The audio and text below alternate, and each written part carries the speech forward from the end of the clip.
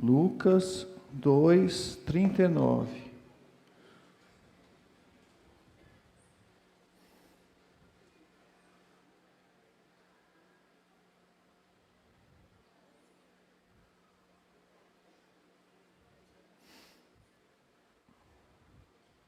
Diz assim, a palavra de Deus: cumprida todas as ordenanças, segundo a lei do Senhor, voltaram para a Galiléia, para a sua cidade de Nazaré. Crescia o menino e se fortalecia, enchendo-se de sabedoria e graça, e Deus estava sobre ele. E a graça de Deus estava sobre ele. Ora, anualmente iam seus pais a Jerusalém para a festa da Páscoa. Quando ele atingiu 12 anos, subiram a Jerusalém, segundo o costume da festa. Terminados os dias da festa, ao regressarem, permaneceu o menino Jesus em Jerusalém, sem que seus pais o soubessem. Pensando, porém, estar ele entre os companheiros de viagem, foram caminho de um dia, e então passaram a procurá-lo entre os parentes e os conhecidos. E não o tendo encontrado, voltaram a Jerusalém, à sua procura. Versículo 46. E 3 dias depois o acharam no templo, assentado no meio dos doutores, ouvindo-os e interrogando-os. E todos os que ouviam, muitos se admiravam da sua inteligência e das suas respostas. Logo que seus pais viram, ficaram maravilhados, e sua mãe lhes disse: Filho, por que fizeste assim conosco? Teu pai e eu, aflitos, estamos à tua procura. Ele lhes respondeu: Por que me procuráveis? Não sabeis que me cumpria estar na casa de meu pai? Não compreenderam, porém, as palavras que lhe dissera. E desceu com eles para Nazaré, e era-lhes submisso. Sua mãe, porém, guardava todas essas coisas no coração. E crescia Jesus em sabedoria, estatura e graça, diante de Deus e dos homens. Nós estamos no final do ano, o ano está passando realmente muito rápido, e nós já estamos no segundo final de semana de dezembro. O que eu queria deixar com os irmãos hoje é uma palavra sobre esse final de ano, que nós costumamos ter um período de festas, de comemoração, e também na campanha que nós estamos vivendo do Amorage, né? Na verdade, algumas palavras sobre esse final de ano, sobre ação nesse final de ano. Na verdade, não é bem sobre ação, mas eu quero deixar aqui algumas palavras, palavras simples, são várias. E o meu alvo essa noite é que você guarde uma delas para esse final de ano. Uma dessas palavras para esse final de ano, a que mais tocar no seu coração, a que mais talvez vier à sua mente depois do culto, e que Deus talvez direcionar para essa palavra. Então eu vou falar 7 palavras. Aquela que ficar no seu coração é essa que você guarde. Baseadas nesse texto aqui, poderia ser muitas palavras, mas eu escolhi essas 7, eu tirei essas 7 daqui desse acontecimento da vida de Jesus. A gente não sabe muito sobre a vida de Jesus na sua infância. Nós sabemos algumas pequenas partes, essa é uma delas. Não era do interesse dos evangelistas, quando escreveram os evangelhos, de falar muito sobre a vida de Jesus, na sua infância, né? Eles não eram biógrafos, eles não eram essencialmente biógrafos, eles comunicavam o evangelho. eles comunicaram aquela parte mais importante do Evangelho, aquilo que eles acharam que era fundamental para as pessoas desenvolverem a sua salvação, entenderem a salvação. Isso eles comunicaram. Então, esse texto aqui é um último texto. Quando Jesus tinha 12 anos, ele abre realmente uma lacuna, depois Jesus vai aparecer já no início do seu ministério, no batismo. E Lucas, então, ele foi bem direto. Ele, por exemplo, não fez referência alguma sobre a fuga do Egito, que eles fugiram uma época para o Egito, depois voltaram. Mas Lucas pegou esse texto aqui, essa história aqui. E a primeira palavra que eu queria passar para os irmãos com respeito a essa história e com respeito ao final de ano nosso, a primeira palavra, deixa eu ver se vai, isso, é simplicidade. Simplicidade. E talvez a gente talvez essa palavra signifique algo para você. Aqui no contexto anterior, tinha duas pessoas ali que Jesus foi apresentado a elas assim que nasceu. Uma foi Simeão, que ele foi levado ao templo, e Simeão estava lá. A gente não sabe muito sobre Simeão, não sabe a idade, nem de onde ele era, ou o que ele fazia, mas nós sabemos que ele era um homem cheio do Espírito Santo. E quando Maria e José levaram ele para ser circuncidado no templo, Simeão estava lá, porque o Espírito Santo tinha revelado para Simeão que ele não morreria sem antes ver o Messias. E quando ele viu Jesus, um menino ainda, uma criança recém-nascida, ele pegou no colo e ele agradeceu a Deus e ele orou a Deus, em uma oração profética. Simeão. A outra pessoa que estava lá era uma profetisa chamada Ana.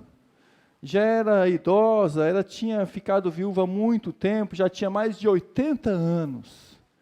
E Ana jejuava diariamente e permanecia no templo. Era alguém que buscava a Deus, mas era uma pessoa simples. Tanto Simeão era simples, como Ana era uma pessoa muito simples. E essas coisas aqui, que a gente já começa a ler desde o começo, porque isso já ilustra bem, porque Deus, ele não mostrou, por exemplo, para os líderes religiosos, para os sacerdotes, para as pessoas importantes da época, o Messias. Ele não revelou essas pessoas. Essas pessoas estavam lá, mas o bonde da vida estava passando, e eles não estavam vendo. A quem Deus revelou? Pessoas simples. A Ana, viúva, mais de 80 anos. A Simeão. Pessoas que o Espírito revelava a essas pessoas. Estavam lá no templo. E aqui no versículo 39 que nós lemos, e a gente vê bem que essas coisas são abertas a pessoas simples, com simplicidade. O Natal, essa época de Deus ter nascido criança, isso tudo mostra uma simplicidade enorme. O versículo 39 fala assim: cumpridas todas essas ordenanças, que eles voltaram então de lá, e circuncidaram o menino e voltaram da lei do Senhor, eles voltaram para Galiléia, para a sua cidade de Nazaré. Aqui duas coisas importantes. A primeira, cidade de Galiléia, e também Nazaré. Tanto Galiléia como Nazaré eram desprezados. Eram cidades, ficavam mais ao norte, tinha Samaria, ficava ao norte de Samaria ainda, mas eram cidades desprezadas. Tanto é que lá em Mateus tem um versículo que fala assim: os profetas tinham dito, depois eu posso falar, Mateus 2, 23, que nos profetas estava escrito que ele seria chamado Nazareno, reconhecido Nazareno. Só que os profetas não profetizaram isso diretamente, mas era uma indicação de que Nazareno era alguém desprezível, porque os profetas tinham profetizado que ele seria desprezível. Desprezível no sentido como Isaías Isaías mesmo tinha dito, né? Não tinha nele formosura nenhuma. Ou depois você pode ler em casa, se você quiser, o Salmo 22, versículo 6, que diz isso também. Mas, ou seja, Nazareno, essa ideia de que, olha, não tem nada de bom lá em Nazaré, nada de bom lá na Galileia.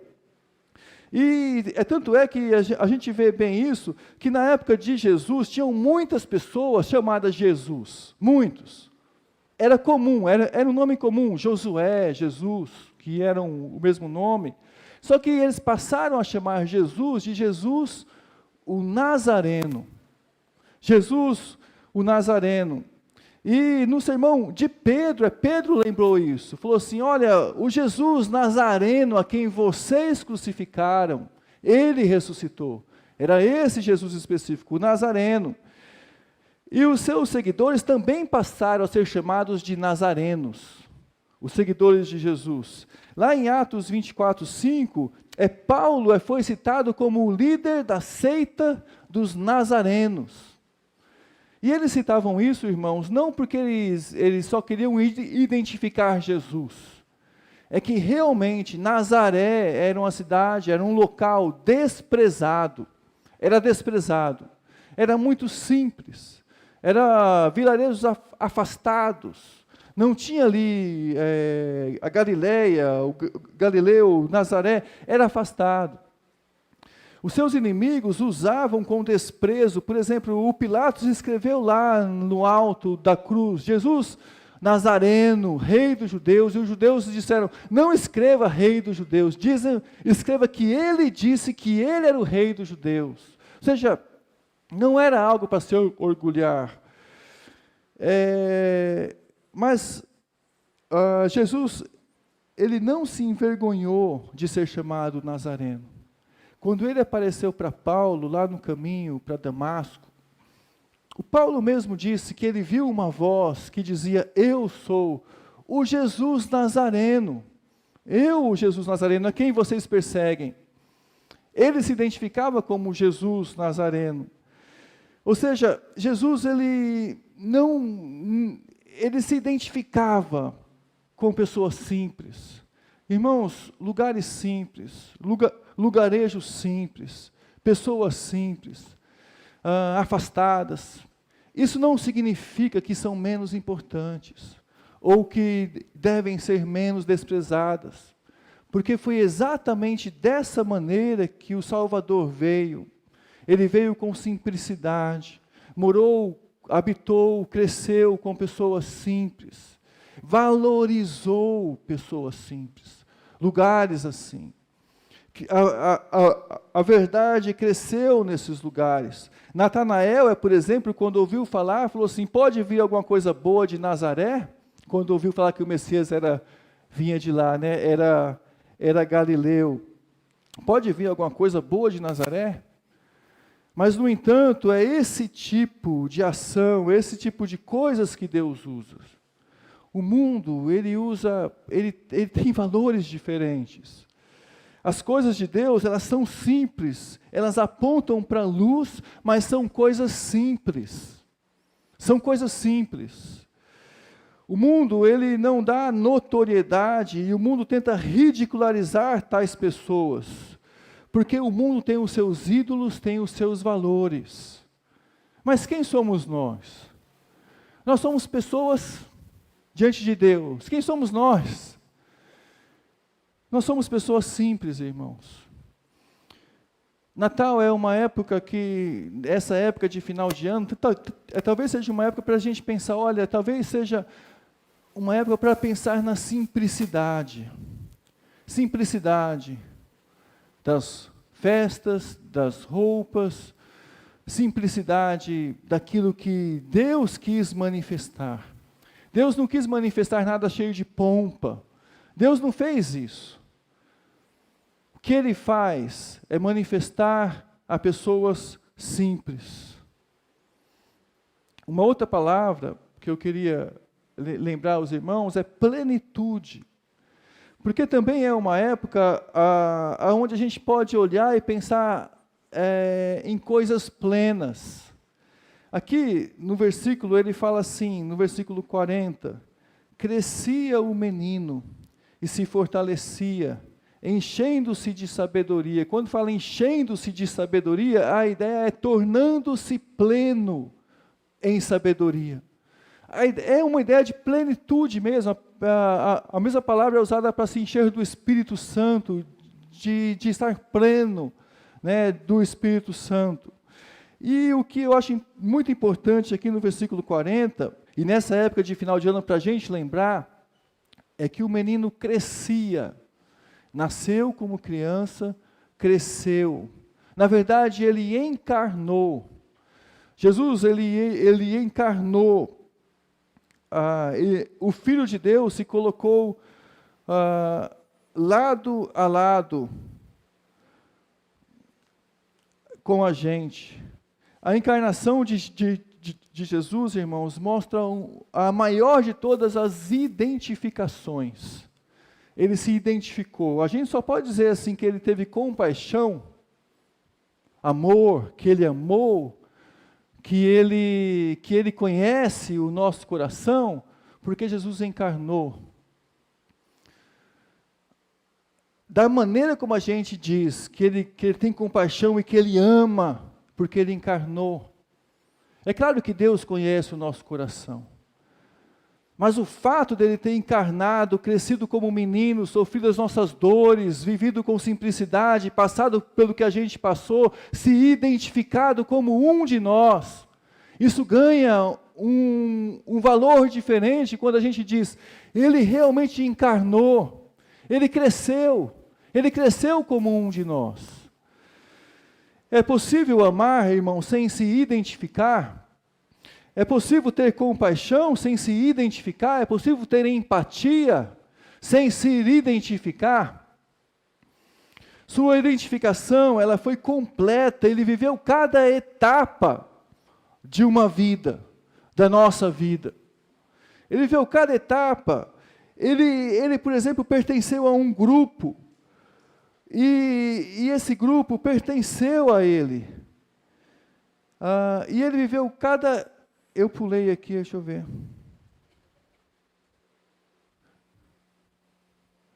Tá, eu troquei as palavras. Mas tudo bem, é pertencimento a palavra. Está ali aqui. Pertencimento. Mas a ideia de... Eu estava falando que ele se encarnou. Ao se encarnar, ele pertenceu. Né? Essa é a ideia. É possível se identificar, ter compaixão, ter empatia. A sua identificação ela foi completa, ele viveu cada etapa. Irmãos, ele pertenceu a um grupo. Ele encarnou, ele pertenceu. Ele pertenceu a pessoas. Ele pertenceu a uma família. Ele pertenceu a uma comunidade. E aqui nesse texto que a gente leu aqui, eu não vou adiantar muito, mas as pessoas, dá para perceber bem, que tanto a família dele, como as pessoas da comunidade dele, sabiam que ele pertencia àquele grupo. Ele tinha encarnado, ele pertencia àquele grupo. Os seus pais, por exemplo, procuraram entre os seus, entre os parentes, saíram procurando entre um parente tal ou outro parente tal. Pertencia àquelas pessoas. Primeiro ele pertenceu a Deus. E isso daqui é importante, porque esse pertencimento, essa palavra pertencimento, primeiro é a Deus. Mas depois de ser a Deus, são a pessoas. Ele era submisso ao pai, era submisso à mãe. Ele sabia juntar essas coisas, mas ele pertencia. E agora, irmãos, eu fico pensando para a gente mesmo, aplicando para a gente mesmo, nessa época de final de ano, essa palavra pertencimento. A gente pertence também. A gente deve pertencer também. Nós pertencemos à família, devemos pertencer à igreja. Eu lembro de uma música que o diretor da época do seminário, ele disse que escreveu a letra, ele Primeiro ele escreveu, Cristo é meu. Aí depois ele pensou, depois de muitos anos, ele disse que ele deveria ter escrevido, eu sou de Cristo.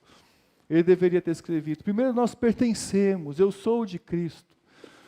Mas se pararmos para pensar, às vezes a gente diz, a minha igreja, a minha igreja. Mas a gente também diz, eu sou da igreja tal.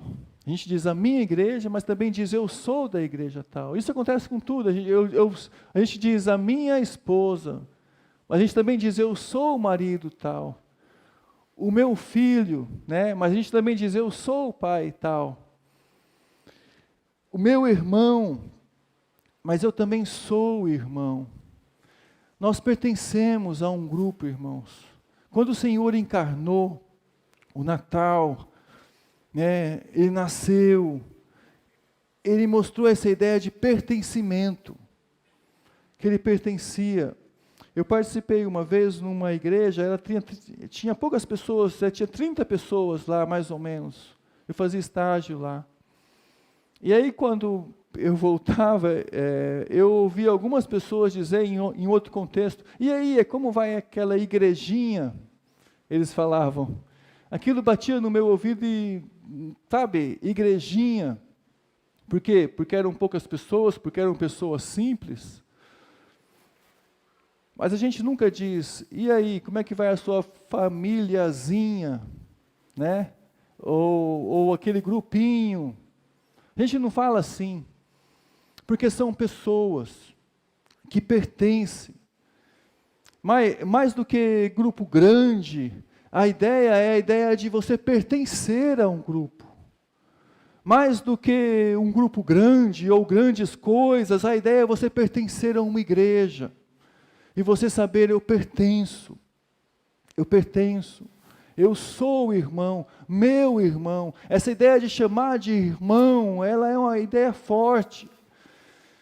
Irmãos, é como a gente também se encarna para entender o sofrimento de alguém. Como a gente procura, às vezes, deixar-se pertencer, para entender, talvez, um sofrimento de um grupo, ou para entender e poder ajudar algum grupo. Talvez essa época de Natal seja uma época de pertencimento. Aquelas pessoas que você vai encontrar no final do ano, ou aquele grupo que você vai participar, as festas que você vai comemorar. Até que ponto você pertence também, e pessoas pertencem a você, e você leva a sério aqueles que pertencem a você. O Senhor, Ele não somente encarnou para comunicar algo, Ele também encarnou para ser um de nós. Ele encarnou para estar ao nosso meio, Ele encarnou para participar da nossa vida, Ele encarnou não somente para ser solidário, como o Natal, Ele encarnou para ser solidário. Não foi somente isso. Ele encarnou porque mais do que ser solidário, Ele deu dele mesmo. Ele deu de si. Então, quando fala que Ele crescia da maneira como Ele crescia, entre as pessoas a qual Ele pertencia, e a qual Ele muitas vezes era submisso, é porque Ele também, ao fazer isso, deu de si. Natal é época de lembrar de pertencimento. Agora sim, o Natal, voltar aqui àquela palavra, plenitude, volta a ver, simplicidade, plenitude. Então, o Natal também é época de plenitude, porque aquela palavra realmente, o versículo 40 ainda, ele crescia e o menino se fortalecia enchendo-se de sabedoria. Então, plenitude é essa ideia de ficar, de ser pleno. E a ideia de que ele crescia é que ele foi perfeito em cada estágio da vida mesmo. Inclusive, vendo as imperfeições de outras pessoas.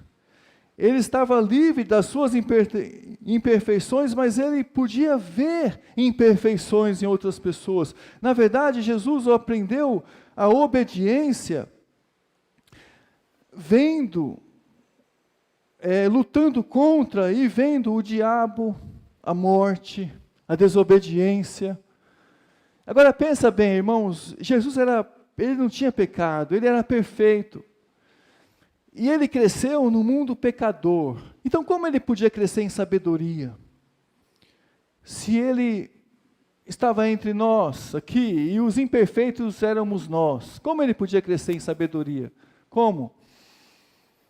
Lá em Provérbios tem alguns versículos que falam assim: o prudente vê o mal e se esconde, mas o insensato passa adiante e sofre a pena. Ou seja, o prudente desvia, o insensato cai.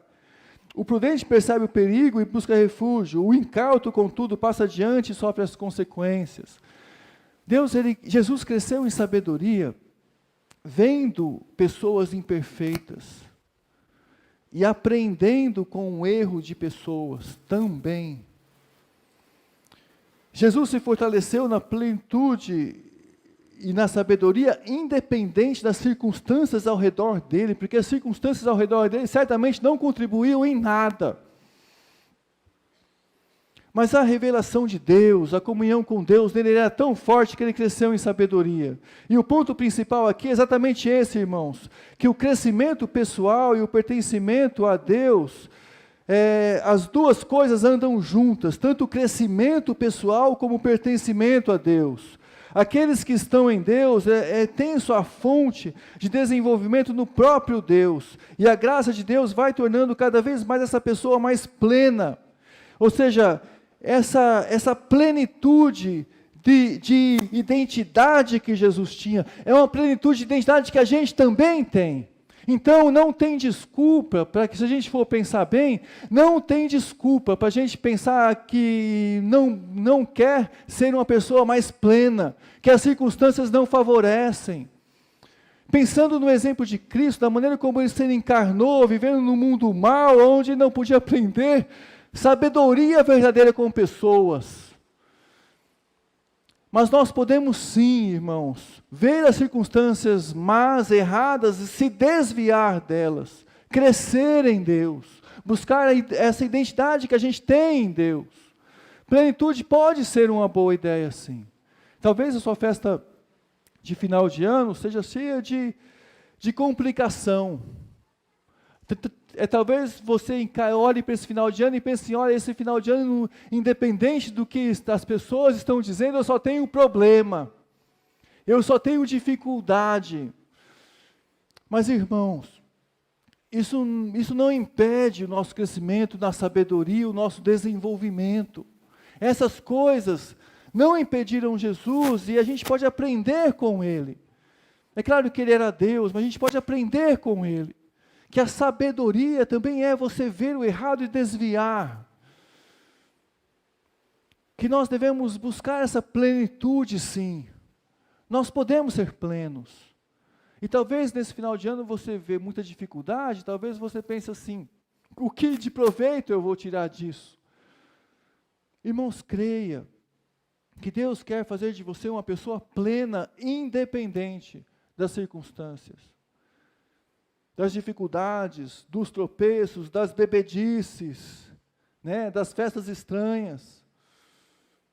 Uma outra palavra que a gente pode ver nesse texto é celebração. Porque aqui no versículo 41, anualmente eles iam para as festas, Jesus ia a Jerusalém para as festas das Páscoas. Eram 3 festas, mas a mais importante era a da Páscoa.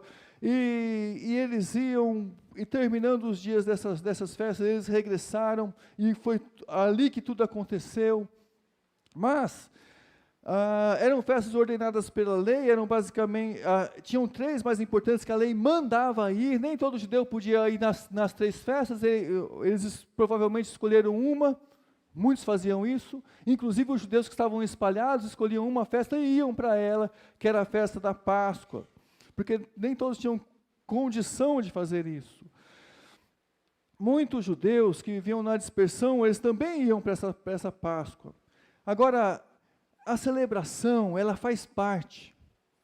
Porque isso a gente aprende na Bíblia. Celebração faz parte. Inclusive aquele texto que fala assim, a alegria do Senhor é nossa força, o contexto daquele texto é a participação de uma festa. Vamos participar com alegria, porque a alegria do Senhor é a nossa força. E as festas do Antigo Testamento, realmente eles se orientavam da seguinte maneira: primeiro tem a santificação, e depois tem a comemoração. Ou seja, primeiro eles se preparavam mentalmente, eles avaliavam o próprio coração, eles avaliavam o que estava errado, corrigiam o que estava errado, depois eles festejavam, se alegravam em Deus, e a alegria deles estava em Deus. É assim que eles festejavam o Antigo Testamento. E o coração realmente era treinado, a ideia é treinar o coração a se voltar para Deus, para encontrar em Deus a alegria, para então comemorar. Agora, as nossas festas, às vezes, elas não têm muito significado, e às vezes os irmãos hão de concordar com isso. Né? Uma vez alguém disse que no Brasil, quando o feriado é católico, até o ateu comemora, porque ele não está nem aí para o significado do feriado, ele quer comemorar, né? E isso é uma verdade. Às vezes a gente não se prepara para o significado da festa. Mas se a alegria do Senhor é a nossa força, é uma oportunidade de celebração com significado. É uma oportunidade para encher o coração nosso, para poder se alegrar no Senhor. No Brasil a gente faz o contrário, a gente se alegra, aí depois vai se arrepender de alguma coisa que fez, de alguma coisa errada que aconteceu, e a alegria já foi embora, e já deu tudo errado no dia seguinte. Não, irmãos, tem significado, medite no significado, celebre, mas celebre com significado. O Natal, ele talvez não seja a festa mais importante do cristianismo, e realmente não é a festa mais importante do cristianismo. Hoje, a gente pode dizer que é a Páscoa, porque primeiro ele nasceu, depois ele morreu e ressuscitou. A Páscoa tem significado bíblico. Mas o Natal, ele é importante, cheio de significado. Sim, não olha para a data não é certa, Jesus nasceu esse dia. A ideia não é essa. A ideia é aproveitar esse final de ano, sequência de festa, aproveitar isso, encontrar significado ali. E tem muito significado. Irmãos, eu já fui, nessa época de final de ano, em um país muçulmano. Já passei uma época de final de ano em um país muçulmano, em Marrocos. E era terrível. Eu queria poder ter como falo, link, algum contato, alguma identificação para anunciar Jesus. Mas não tinha nenhuma. Não tinha Natal, não tinha nada. Se você voltar um versículo, talvez aqui em Lucas, deixa eu ver aqui, 2:10, quando o anjo aparece, nesse mesmo capítulo, o anjo diz assim: o anjo, porém, lhe disse aos pastores: não temais, eis aqui vos trago boas novas de grande alegria, que será para todo o povo. Quando o anjo fala, vos trago boas novas, nós já aprendemos aqui no aniversário da igreja. Essa palavra é evangelho. O anjo que apareceu no Natal e disse, vos trago as boas novas. A palavra é evangelho. E quem é o evangelho? O que é o evangelho? O evangelho é a notícia que o anjo trouxe. Hoje vos nasceu o Salvador, Jesus Cristo, o Senhor. É uma época cheia de significado. A própria ideia do evangelho vem daí, boas novas. Hoje vos nasceu o Salvador. Talvez seja um tempo de celebrar, lembrando, hoje nasceu o Salvador. Hoje nasceu. E se nasceu o Salvador, então, Jesus Cristo, o Senhor, época de comunicar o Evangelho, celebrar o Evangelho, celebrar Jesus. Mas aí tem o versículo 42, quando ele atingiu a idade de 12 anos, era uma outra festa, era uma festa que eles chamavam de mitzvah, quando eles comemoravam a passagem de idade, né, de um judeu criança para um judeu que se responsabilizava por si, e talvez essa foi uma das indicações que Jesus quis ficar em Jerusalém, ficou lá no templo. Somente nos tempos modernos, os judeus começaram a comemorar muito essa festa, mas a idade legal realmente era de 13 anos. Jesus tinha 12 aqui, provavelmente ia fazer 13 naquela época. Irmãos, nós podemos fazer muitas festas e esquecer do Salvador. Esquecer do Salvador. Uma outra palavra, deixa eu andar um pouquinho mais rápido, missão. E por que missão?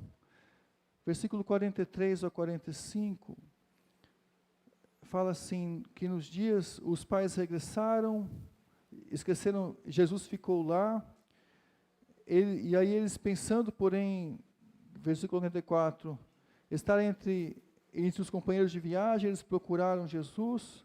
No 45, e não tendo encontrado, eles voltaram para Jerusalém. No 46, eles ficaram 3 dias nesse processo. Aí, eles encontraram Jesus assentado entre os doutores, ouvindo e interrogando. E todos os que ouviam se admiravam da inteligência dele.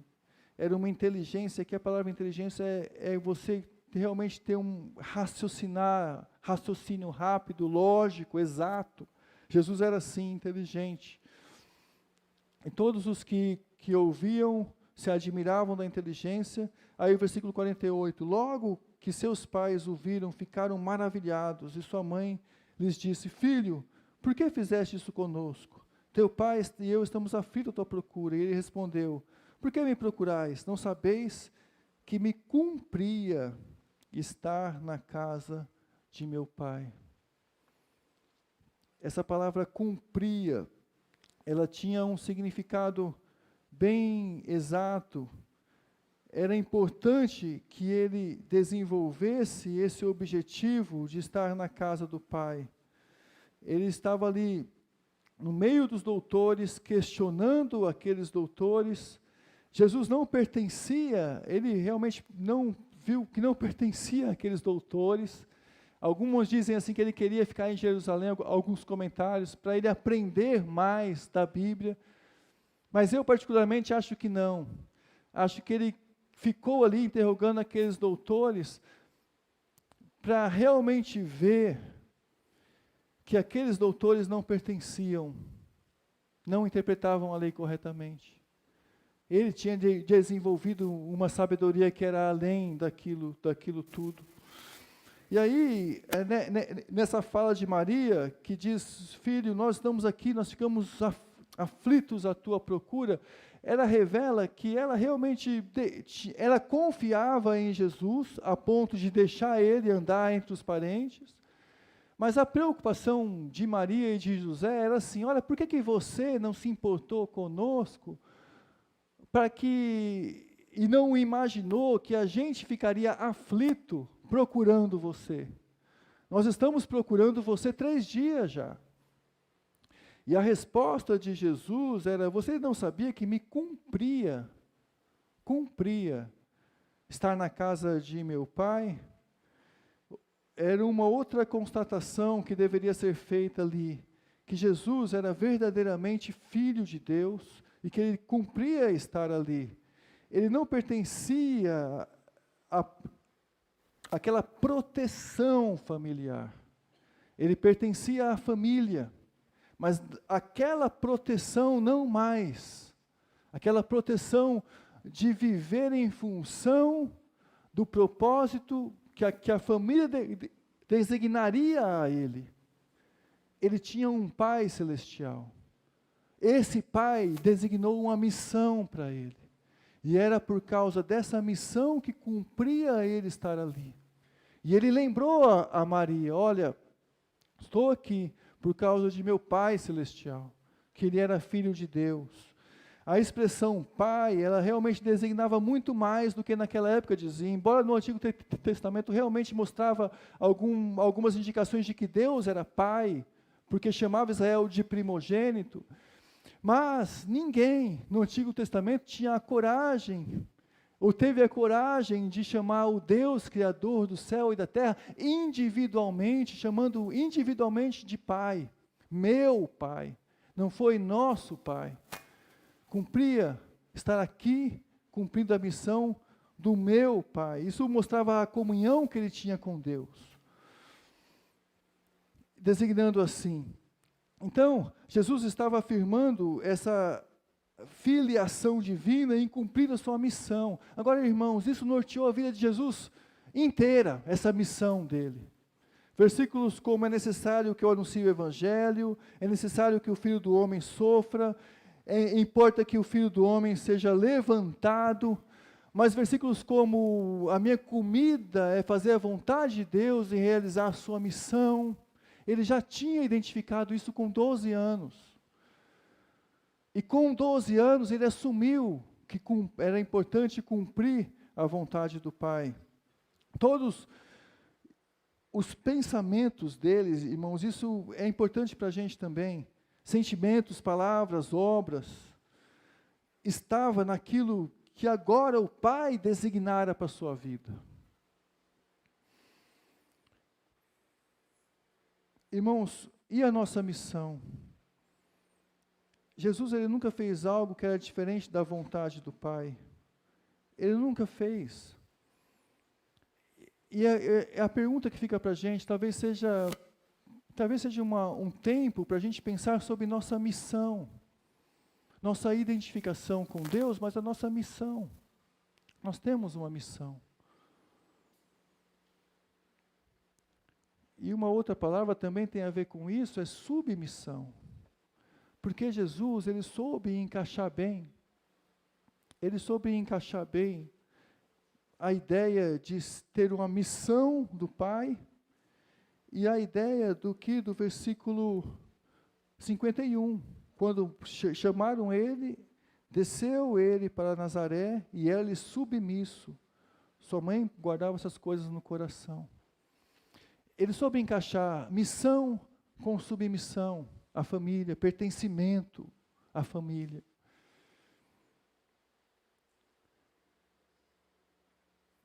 Alguém disse certa vez assim, que o amor do Pai Celestial não aniquila o amor aos pais terrenos, mas o transfigura e o santifica, de sorte que a mesma necessidade interior estar no que é do Pai Celestial também reflete a necessidade de viver a jornada diária na vontade dos pais terrenos. Isso também se encaixa a nossa profissão terrena. Mas, irmãos, viver a jornada diária, a vontade dos pais terrenos, essa ideia de que você se submete a Deus e você se submete aos pais. Você se submete a Deus e você tem uma submissão à sua missão diante dos seus pais. Pequenas coisas se tornam grandes exercícios de obediência. E todas essas pequenas coisas se tornam grandes exercícios na obediência. Pequenas coisas que você pode fazer quando você se submete a essa liderança que Deus deixou aqui na terra, que são os seus pais. E talvez nessa época de final de ano, talvez você precise lembrar de alguma maneira, valorizar esse valor que você ainda tem de se submeter em determinado sentido de respeito aos seus pais, nesse final de ano. Nessa missão que você tem. E talvez para os mais jovens, obediência como coisas simples, buscar água, pão, varrer a sala, lavar louça, fazer isso não resmungando. Talvez isso indique que todas essas pequenas coisas são grandes exercícios de obediência na sua submissão. Porque Jesus cresceu fisicamente, em sabedoria, cresceu aqui na terra e na graça de Deus. Ele escolheu essa submissão. Ele escolheu, e talvez esse, irmão, seja o caminho mais difícil para o cumprimento de uma missão. É saber encaixar essa missão na submissão daqueles que são seus pais. É saber encaixar a vida familiar como parte de uma missão maior. E saber esperar em Deus para que essa vida familiar floresça e dê espaço para uma missão maior. Jesus demonstrou isso quando ele se submeteu aos seus pais, esperando o tempo de Deus, para Deus erguer ele na missão maior que ele tinha. Então talvez a sua palavra para esse final de ano seja submissão. E uma última palavra, que é nutrir. Esse aqui é um verbo, não achei nenhum substantivo. Então, vai o verbo mesmo. Nutrir. Por quê? Porque ele crescia, é o versículo 52, crescia Jesus em sabedoria, estatura e graça, diante de Deus e dos homens. Mais uma vez, como no versículo 40, né? E aqui é a ideia de que Jesus ele foi um exemplo maravilhoso para todos os jovens, todas as pessoas. Ele cresceu de maneira equilibrada, sem negligenciar qualquer aspecto da vida. Ele cresceu fisicamente, espiritualmente. Ele cresceu diante de Deus, cresceu diante dos homens. E é maravilhoso ver como, diferentemente de João Batista, por exemplo, que João Batista também diz isso no versículo 80 do capítulo 1, que João Batista cresceu em espírito. Mas Jesus, ele cresceu em espírito, em sabedoria e graça, diante de Deus e diante dos homens. Crescer diante dos homens, em sabedoria e graça, talvez seja difícil também.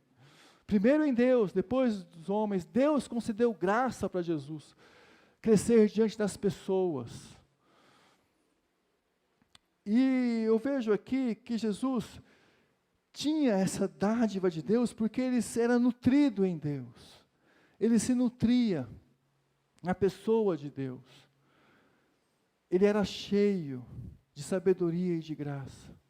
Deus concedeu a Jesus algo que ele podia mostrar para as outras pessoas que era diferente. Eu fico pensando às vezes irmãos, se a gente tem crescido assim, de maneira física, mental e espiritualmente. Fico pensando se a gente estabelece algum desafio assim. E talvez o final de ano seja a época para a gente avaliar se a gente cresceu. E talvez lançar um desafio para o ano que vem. Quem sabe eu posso nutrir minha alma? Quem sabe eu posso nutrir o meu coração? Quem sabe eu posso, o ano que vem, procurar ser uma pessoa mais cheia, mais plena?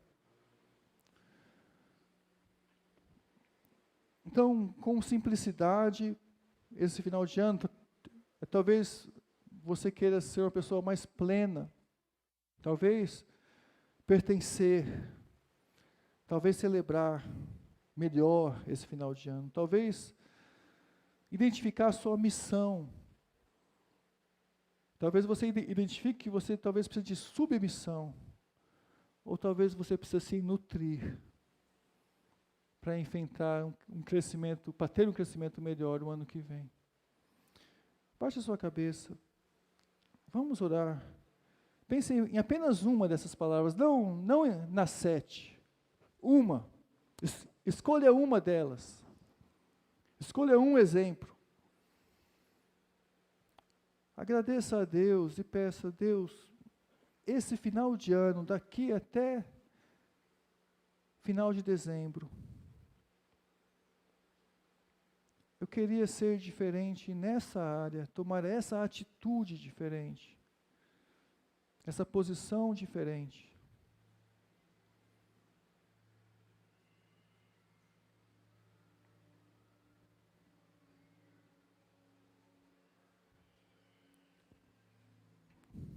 Confesse, talvez, algo que você vê, que você tenha pecado. Confesse a Deus.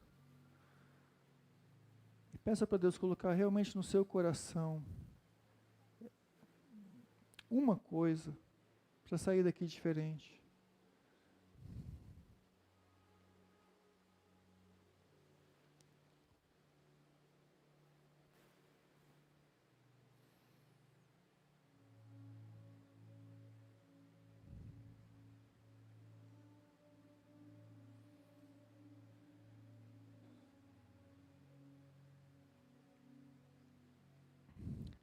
Senhor nosso Deus, nós somos gratos por poder começar mais essa época de final de ano. Som do nosso coração, Senhor, como nós cantamos, usa as nossas vidas, aplica a Tua palavra em nosso coração, que possamos seguir o exemplo de Jesus, Pai. Nós te agradecemos pela Tua igreja, por pertencer à Tua igreja. Nós te agradecemos por termos uma missão. Nós te agradecemos, Senhor, porque o Senhor nos dá a possibilidade de crescermos de maneira completa. Obrigado pela simplicidade do Evangelho, pela maneira como o Senhor nos escolheu e nos trouxe para si, se revelou. Obrigado, Senhor, porque o Senhor nos tem tornado pessoas plenas. Nós queremos ser mais plenos de Ti, Senhor, mais plenos do Seu Espírito, como Jesus foi. Nós queremos, Deus, nutrir nossa alma com a Tua palavra, com a Tua presença. Senhor, nós queremos aprender a submissão nas tarefas simples da vida. Que o Senhor nos abençoe para esperarmos o tempo certo da nossa missão. Nós queremos desenvolver nossa missão com excelência. Nós queremos viver a vontade do Pai Celestial. Nós queremos, Deus, que esse Natal seja diferente, Deus, para a Tua glória. Nós queremos celebrar com toda a alegria. Nós queremos olhar para o nosso coração e ver as coisas que estão atrapalhando nossa vida, de celebrarmos o Senhor. E quando celebrarmos, Deus, nós queremos celebrar domingo que vem, com toda a alegria, Senhor. Cantar o Natal, cantar a Sua presença, cantar o Senhor. Sonda o nosso coração realmente, Deus, para que venhamos aqui semana que vem, com toda a alegria, celebrar ao Senhor. Nós oramos assim, em nome de Jesus. Amém.